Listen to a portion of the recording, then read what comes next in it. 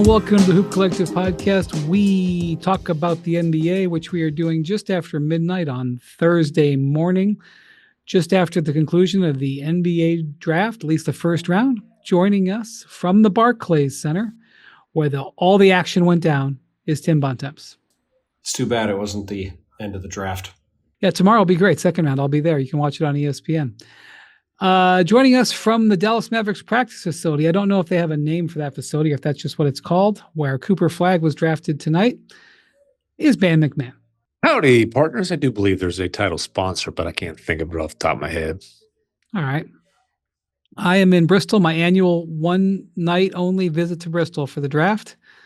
And lovely. I'm in one of the Jackson studios. He just goes from studio to studio, and this is one of his spots.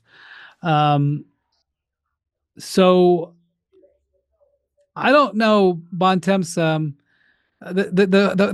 I'll remember about this draft, if you want my honest assessment, was Danny Wolf's brother ugly crying at the end of the night.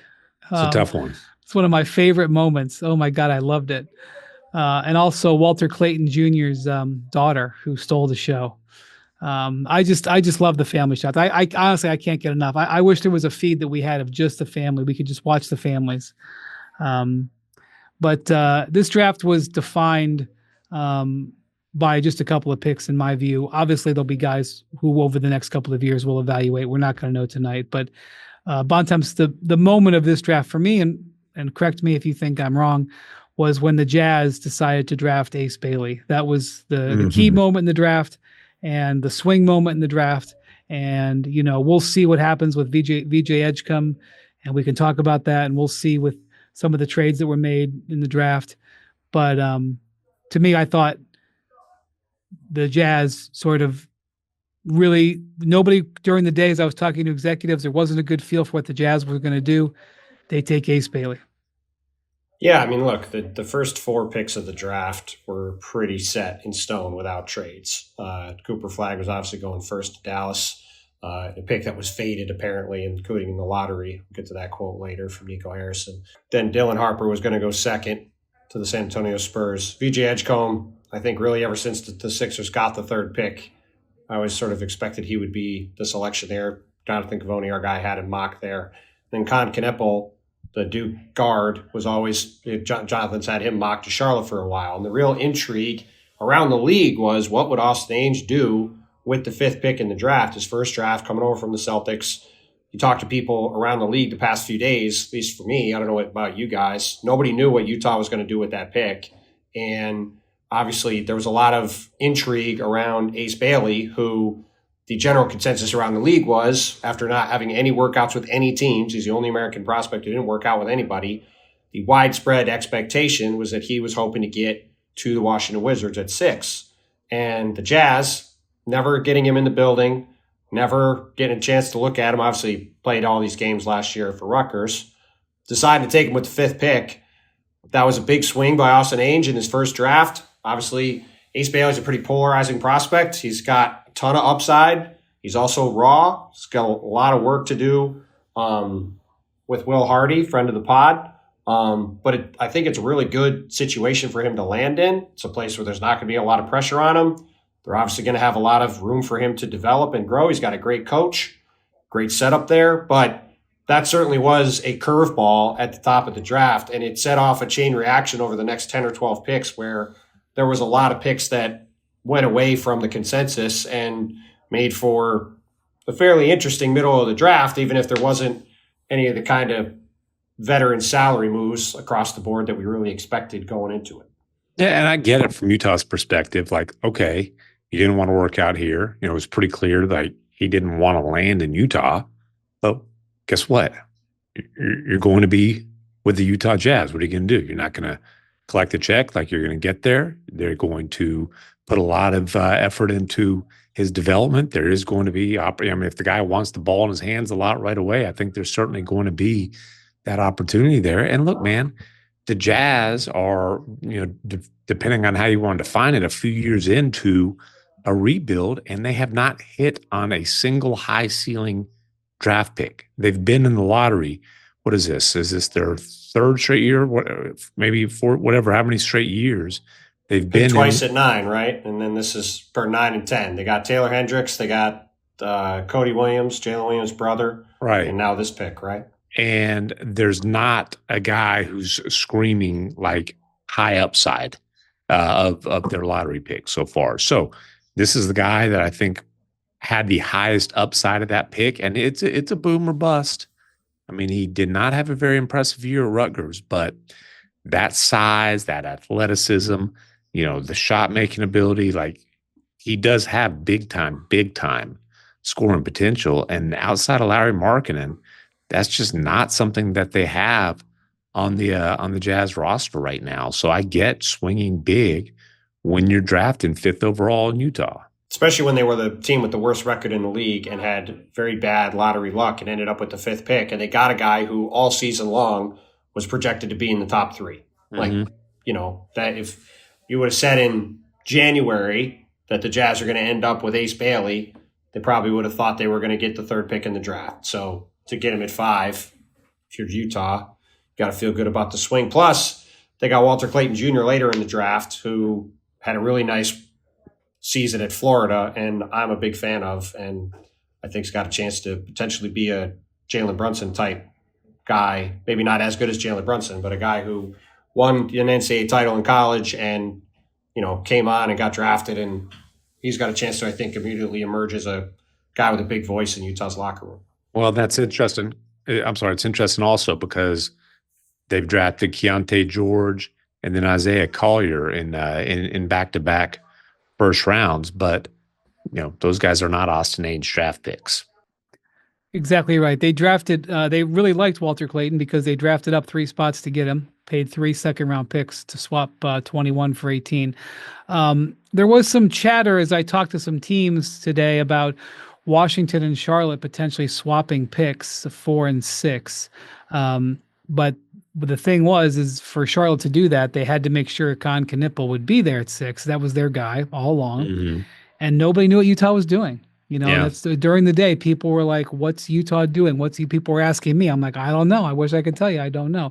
So the Jazz did a nice job of holding their cards close to the vest. If Washington had known that their guy was Bailey, maybe they would have been aggressive to try to trade up in front of him. I'm not sure. Washington, I haven't seen their quotes from anything yet, but I'm sure they'll say very nice things about Trey Johnson, and he's an excellent shooter and everybody can use shooting.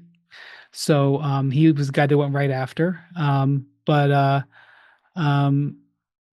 So we'll see with Ace Bailey. He said all the right things. He said he didn't know that Utah wanted him, and it was a surprise to him. But well, when they asked you to work out, that was showing interest, Ace. But whatever, dude.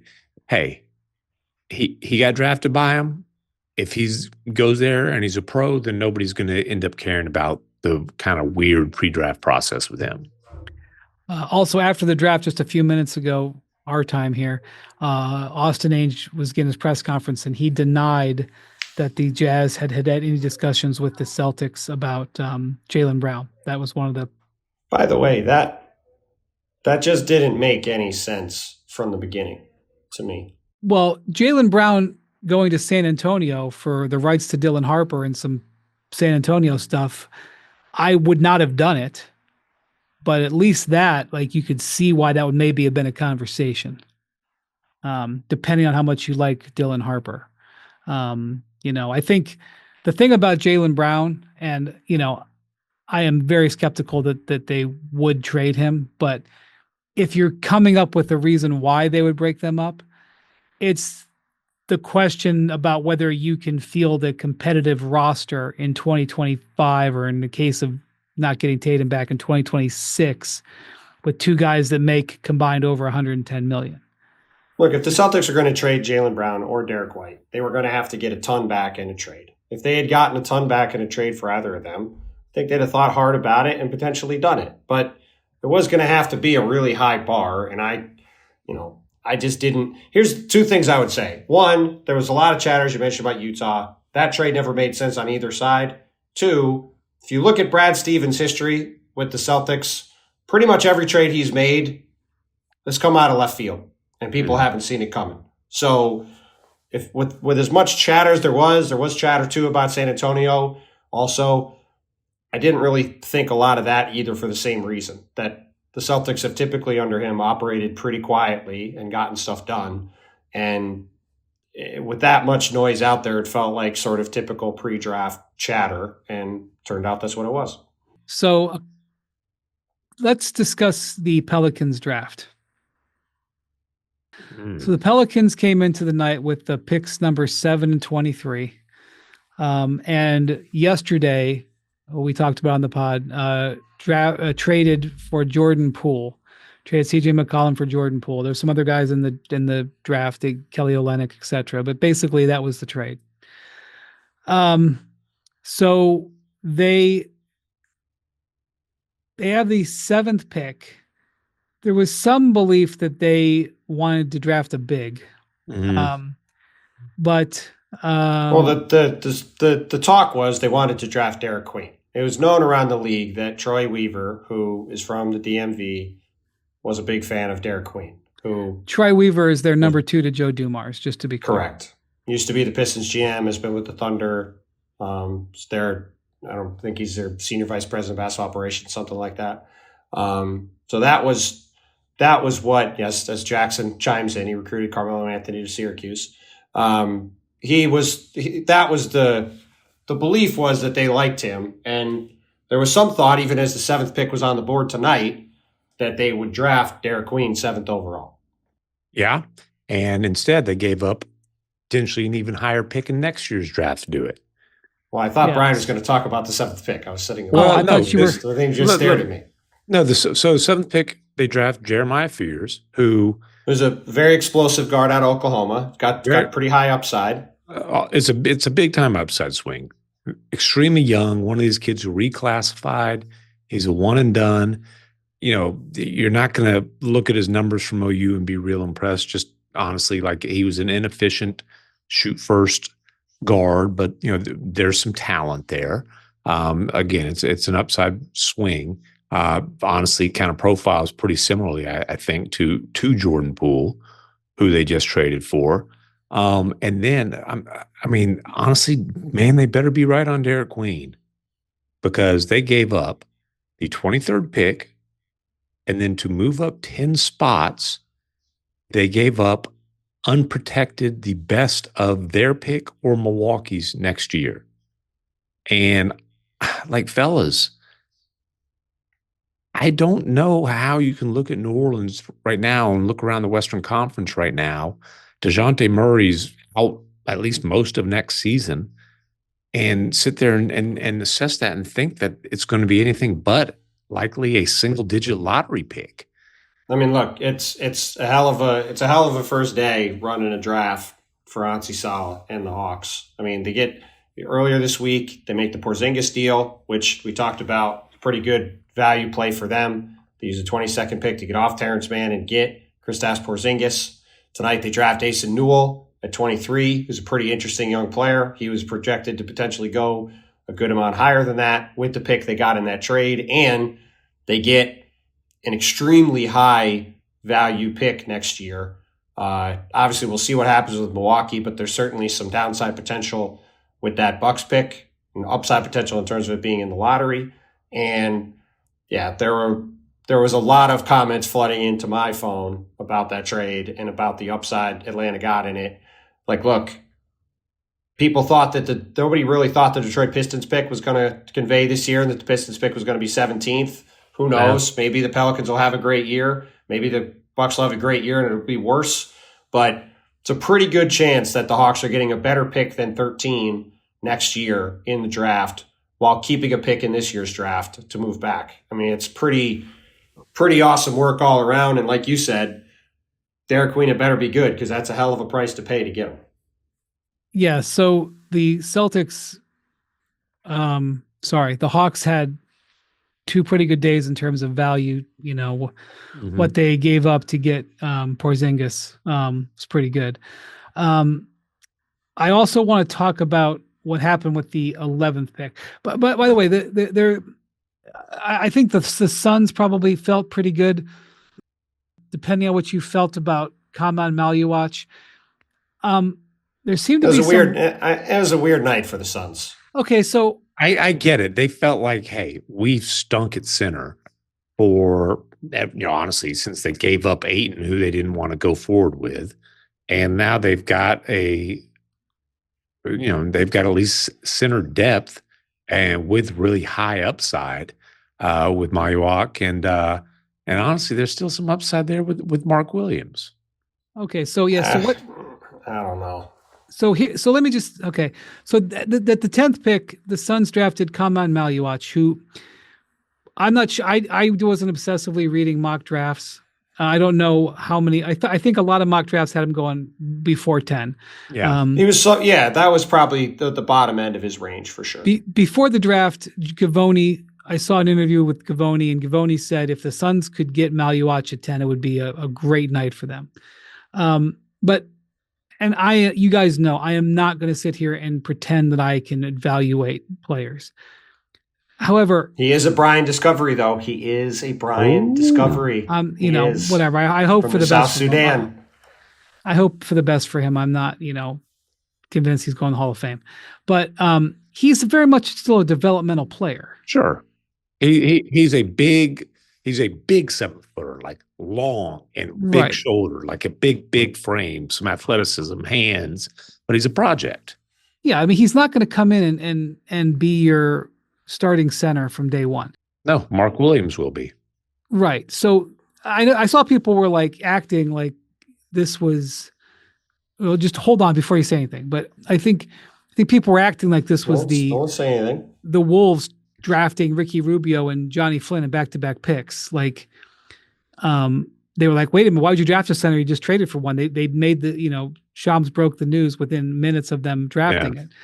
I don't have a problem with them going out and acquiring a center. Bontemps doesn't like Mark Williams. Okay, we got it. Let me finish. Let me finish. Well, no, that's not really it either. We can debate about whether or not Mark Williams was worth 2 first-round picks because that's what they paid for him. Now, granted, one of the picks was a 29th pick in this draft. And they anticipate the other one will be late too, but who knows? It's 2029. They also have barely any assets. Like that. That's the thing. It's like you trade like Maluach's a good swing at 10. Like he's a high upside swing. That's fine. Like that's a good look at the future to do that. To then turn around and trade for Mark Williams on top of it for all the other problems they have with their roster. I don't know. For all the things the Suns need to do. Now, look, maybe this is some recognition that the Suns just aren't. Maybe they've realized they are what they are. But for as limited a resource as they have, I thought it was curious that they used all of them on 2 centers. And now they're more or less out picks. And I don't know. They have a weird team. And they made a trade for a center with Charlotte, actually, last year in Nick Richards. So they've got great depth. They traded a bunch of picks. They traded a bunch of picks on that trade, too. Yeah, they've got great depth at center and great depth at shooting guard. Their centers and their shooting guards can play 3-on-3. I mean, that's the thing. They could have just had Nick Richards, to your point, Brian. If you don't feel like Maluach can start right away, you could have just started Nick Richards, and not invested these other assets in another center. It's not that Mark Williams stinks. The price is it's an odd move to make at the same time, both of those trades for everything else they've got going on. They still don't have a point guard. They still have hardly any front court depth. To Tim's point, they have a ton of shooting guards. They have to try to move some of them. I don't know. It's weird. Brian Gregory, he's not allowed to talk about the KD trade yet, I guess. Mm-hmm. Well, I was laughing because our guy, Gerald Bourget, tweeted, we should be hearing from Brian Gregory here shortly. Not sure how much we'll be able to talk about the KD trade, Jalen Green, Dylan Brooks, Colin Maluach, or Mark Williams, though, since none of those deals are official yet. I was like, well, what is he going to talk about? The sun? Well, yeah. The sun coming up? I noticed, I'm not sure if the league... That's all the stuff they have going on. I'm not sure if the league gave him a break because I did notice that in the photos, after the initial photos, that Maluach was wearing a Suns hat. Like they changed the rules this year, I think. And so they just started... They just started basically the second the pick was made. The next time he'd come back up, he'd say, this trade happened, and they would immediately switch it to the new team instead of in the past where you would like pretend the whole day that it was the old team. So I do think that the whole circuit he did it with some stuff. Well, Brian Gregory talked about Maluach, even though that Durant trade isn't done. So I don't know if he was given permission to do it or whatever. Well, the league, that's what I mean. The league announced all those traded picks, so you could talk about them. Okay. So we'll see about that, but we'll see if Mark Williams passes his physical. I guess that should be some drama. But he didn't talk about that. Okay. All right. The 11th pick, there was some interesting things that happened there. That pick was originally belonged by the Trailblazers. Now, we talked about yesterday. We were a little surprised that the Trailblazers traded in their situation. They traded for Drew Holiday.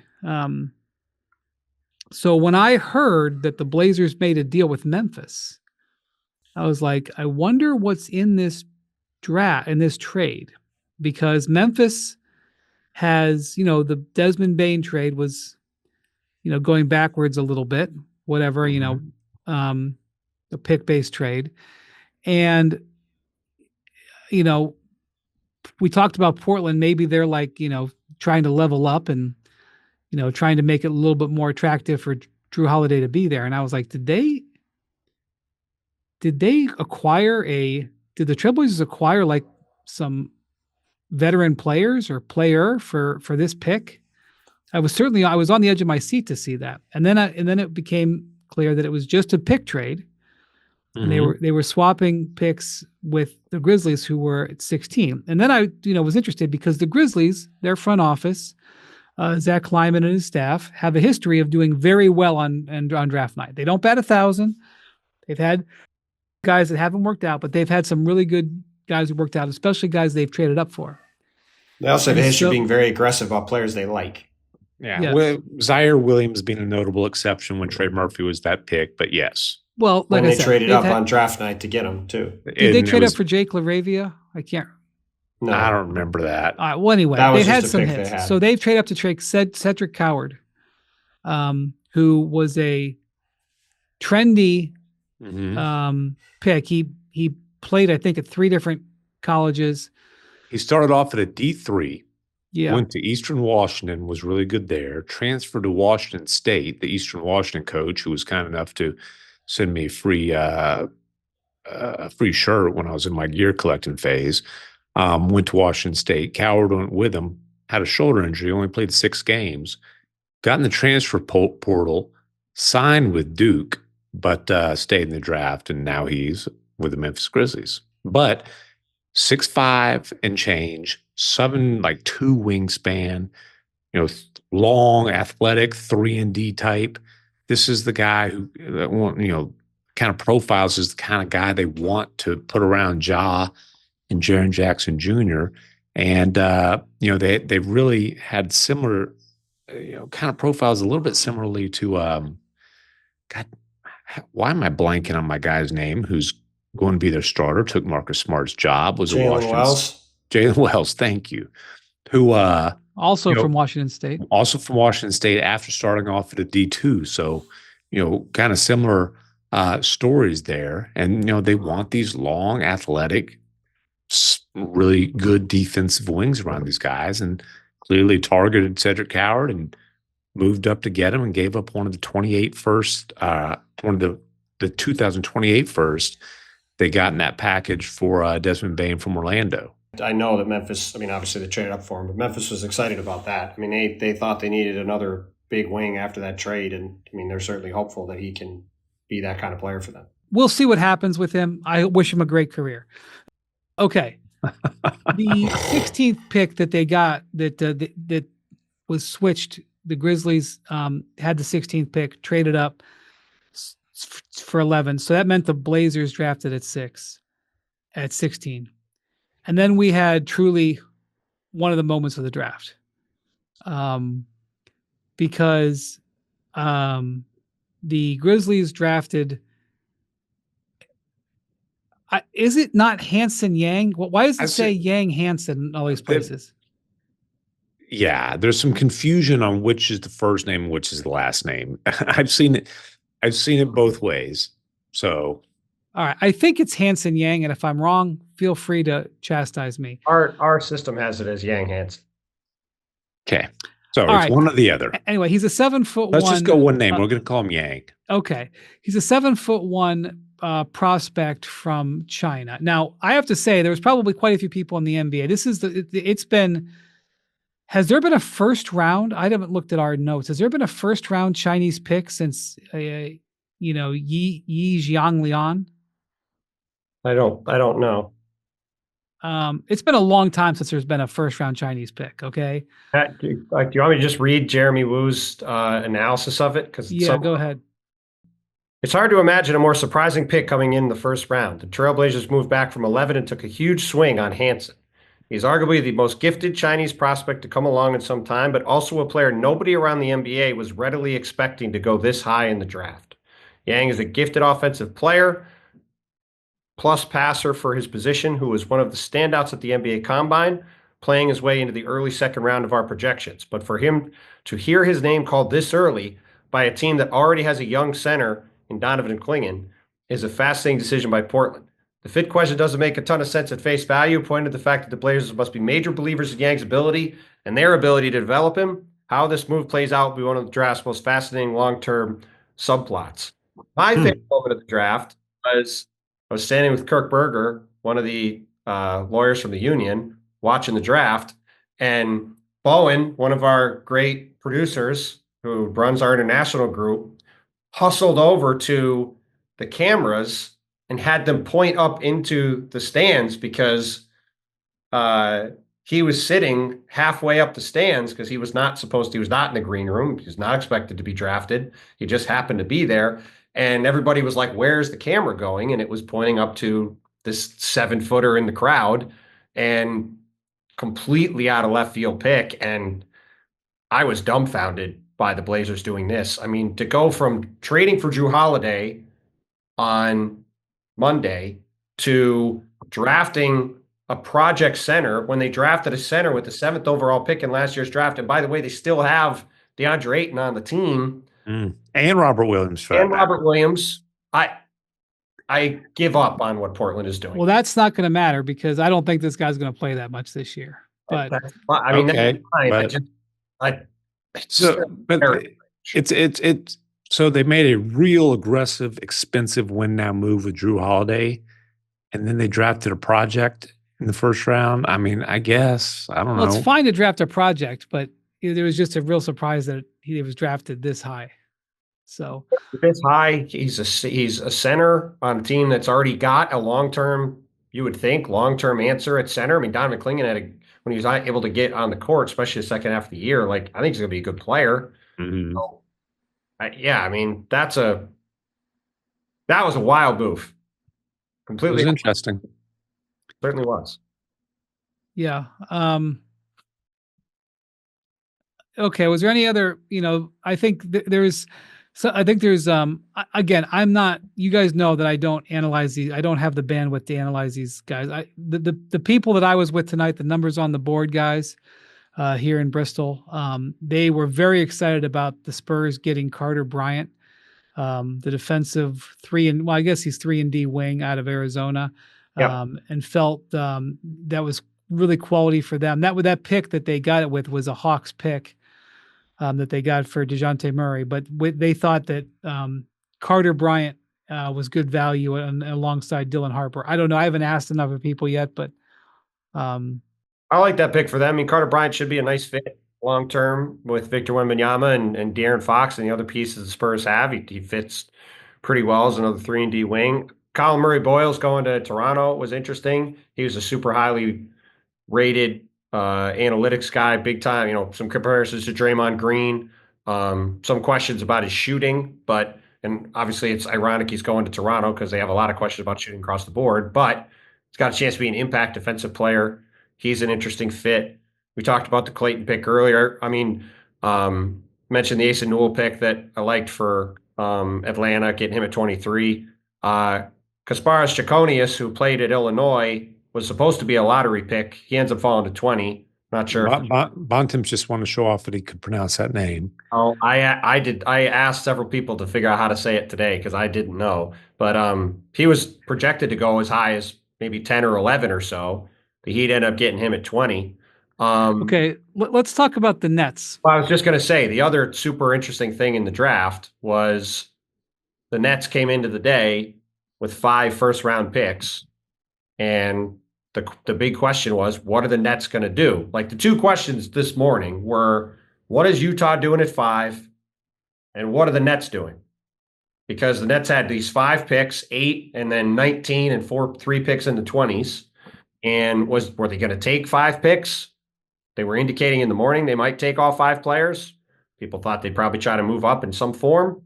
And they end up taking 5 guys, and they were sort of all over the place with the picks that they made. So I have to say, it's such an outlandish thing to do, to draft 5 first-round picks and keep all of them, that I don't even know how to react.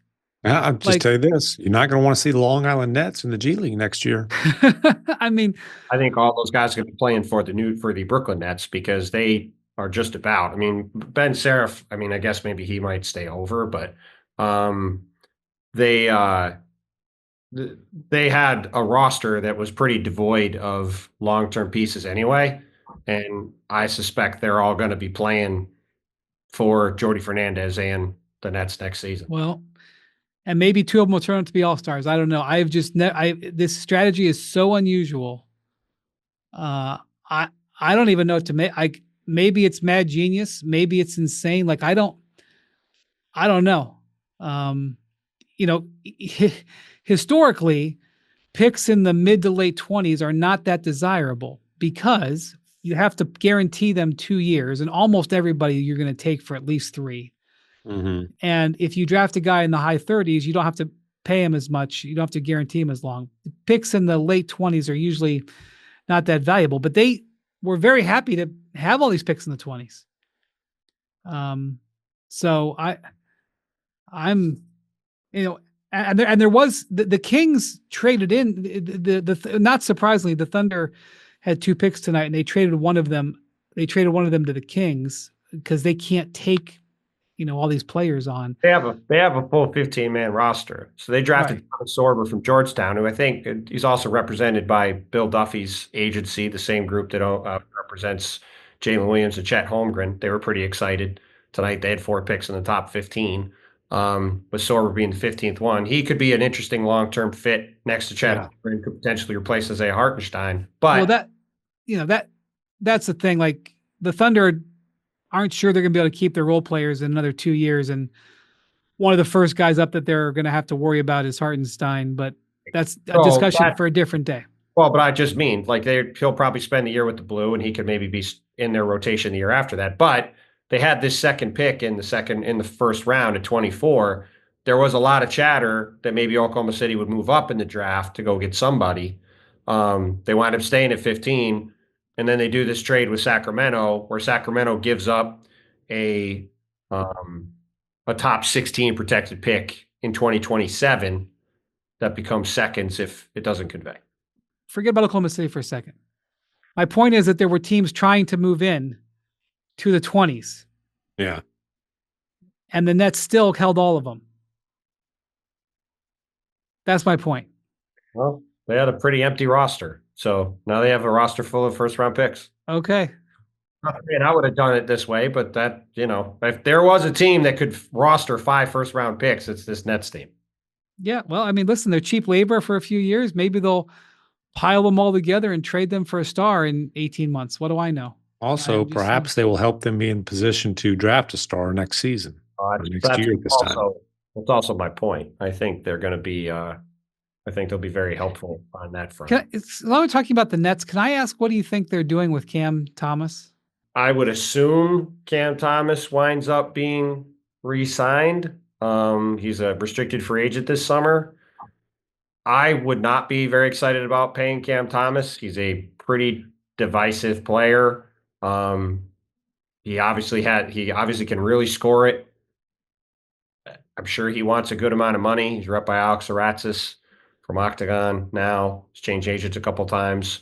I'll be curious to see what they do. I would not be rushing to give him a huge contract, and it wouldn't stun me if he stays on the qualifying offer or if he takes his qualifying. Yeah, that's what well, maybe not even the qualifying offer, but maybe like a short deal, a very short deal. That could be something. I wouldn't expect it to be the same amount of money, but if it's something along the lines of what happened with Jalen Green, couple year deal, to give him some money. But I don't know. I mean, right now the Nets only have a couple guys on the books for next summer. They have a ton of cap space in the summer of 26, and that's while they still have Nick Claxton and Cam Johnson on the team, two guys that wouldn't stun me if they ended up elsewhere at some point in the next 12 months. Well, and they have a ton of cap space right now, and it's not like there's a whole lot else out there in terms of cap space, and certainly seems likely that they will rent some of that cap space out and try to collect some more assets. So, MacMahon, I have two things for you before we wrap up. Great. One, well, first off, I appreciated ESPN every time the Nets made a pick. We showed the draft room at the Nets facility, and they were all clapping every single. They were happy with everyone. Good every job. Pick they were clapping. Maybe it was on a loop. I wasn't watching close enough. Imagine if they went to him and they looked bad. Imagine if they went to him and like the tables were turned over and there were papers on the floor and there were two guys fighting. Okay. First off, I have a question. MacMahon, when they showed the Mavericks draft room tonight, they had name tags. They had placards for all their people there. That's normal. Yeah, that was very helpful. That's a normal thing. It is? Okay. The second thing is I heard that there was a lot of booing of Nico. They drafted Cooper Flag. Well, no. So here's the deal. They had, and I wasn't there. I was the Mavs draft rooms at the practice facility, the little post-draft press conferences here, but they had a deal at the arena, and people went over there. So there's like 5,000 fans, and some folks from the broadcast team were kind of emceeing the thing, and Mark Aguirre, the only previous number one overall pick in franchise history, actually teared up. Kind of a reconciliation type of moment. But they showed, I think they showed, like they flashed to our broadcast and that showed Nico, and a Fire Nico chant broke out. Well, they didn't know it was Nico, but there's a placard right in front of him. Oh, yeah. And that reminded him. But listen, and it's interesting. And Nico was asked about the angst that's been, I would say. Let me read your tweet first, because we need to talk about this. Hold on. Well, let's talk about the Fire Nico thing. I was curious if the Cooper Flag era beginning would kind of ease the public angst directed at Nico, the public venom. This is an indication that it probably will not, but I'm just telling you, like, during Cooper Flag's like NBA debut, are there going to be Fire Nico chants? Like, I don't know, man. I really don't know. Nico was asked about that, and he's basically said something along the lines of he hopes so, and just mentioned something about how people seem to be really excited about this number one overall pick. But again, there's not a whole lot of folks that I can win popularity contests with in the city of Dallas. But Nico's one I like my odds against still. What? We need to read this tweet. Please. Nico Harrison on the Mavs winning the lottery and the right to draft Cooper Flag despite 1.8% odds. Quote, "Fortune favors the bold, so exciting things fell our way. Are we seriously trying to say that by trading Anthony Davis, a quote bold move, it was a bold move for Anthony Davis, for Luka Doncic, bold move, I'll give you that because of that you were handed Cooper Flag? Is this really what we're trying to do? That sounds like exactly what he's saying. I mean, makes perfect sense to me. This is ridiculous. The amount of people I've had to say to over the past couple of months that the NBA draft lottery is not rigged, which, by the way, it's not rigged. This guy getting up here and going, "Oh, yeah, well, this is exactly how it was meant to be. We did trade. Our star guard blew his knee out. We end up with the number 1 pick. It's all exactly how it's supposed to be. I mean, yeah, the Kyrie Irving knee injury undercuts their fortune favors the Bulls. Well, and AD got hurt literally 2.5 quarters into his debut. It was like the half season from hell, but the half season from hell did result in them falling ass backwards into a generational talent. Now, that part is true. Okay, but what do you want? I'm just asking. Is not. It was a cringy comment. It was, but what do you want Nico to say? Like, holy crap, I got bailed out. I mean, but not say that I made this trade and so therefore we were gifted Cooper Flag. That's not what you say. So here's a couple. Say anything else with that. Here's the stuff about the fan venom. Let me ask, with everything the organization has been through over the last few months and the frustration from the fans, how much do you see the addition of Cooper Flag to the organization helping try to get that goodwill back with the Dallas Mavericks fans? He said, yeah, I think it's been great. I mean, I've seen the fans react to that since the number 1 pick, and it feels like they're feeling really good and optimistic about the future. And someone said, piggybacking off that, are you hopeful, optimistic that by drafting Cooper, some of the anger that had been directed at you personally will subside now? He said, I'm hoping so. No, I'm assuming so a little bit, maybe. So listen, like listen. I don't know that Nico's going to be sitting in his seat again. I think he'll probably be in the tunnel. He's not going to be popular, but at a certain point, you got to kind of flip the page, and they're going to sell a lot of those number 32 jerseys. Yeah, that was good. I like that. I like that. They put out the press release 5 seconds after he got drafted, announcing he was picking number 32 or wearing number 32, and they unveiled the jersey at the draft, which I liked. Yeah. And they unveiled the jersey at the arena and had them for sale. A whole bunch of people walked out with those things. I liked it. And again, like, hey, man, the Luka trade, we've gone over it 1,000 times. I think it was a flawed decision. I think it was an insane decision.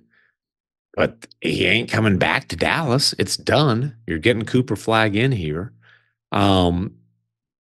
It's a team that's going to have a chance to be competitive next year.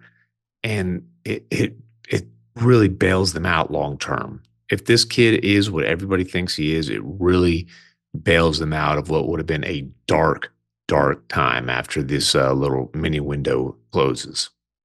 All right.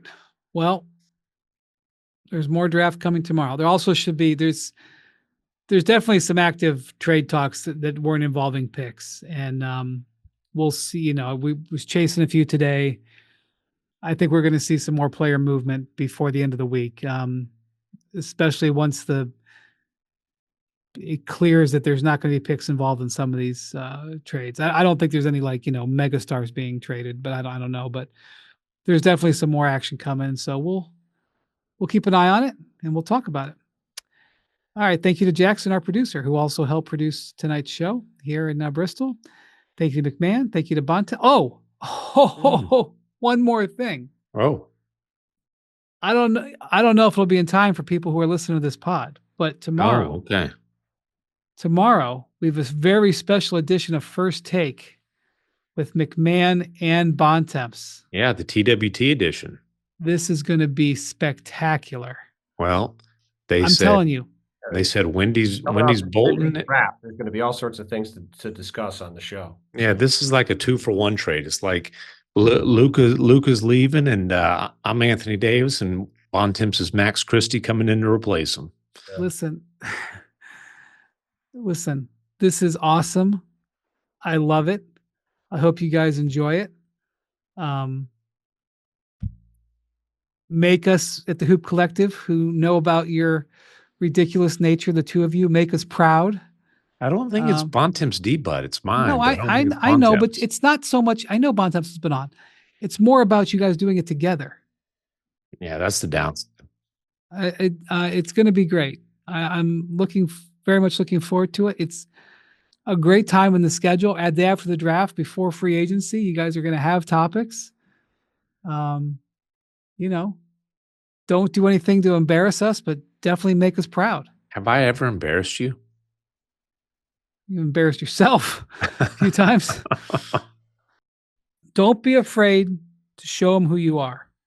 I say that with all the right meaning. Thanks, Coach. I'm your cheerleader. I'm not your coach. Every cheerleader I had was a lot better looking. All right. Thank you to Bontemps. Thank you to MacMahon. Thank you for listening and watching the Hoop Collective. Talk to you next week. Adios, amigos.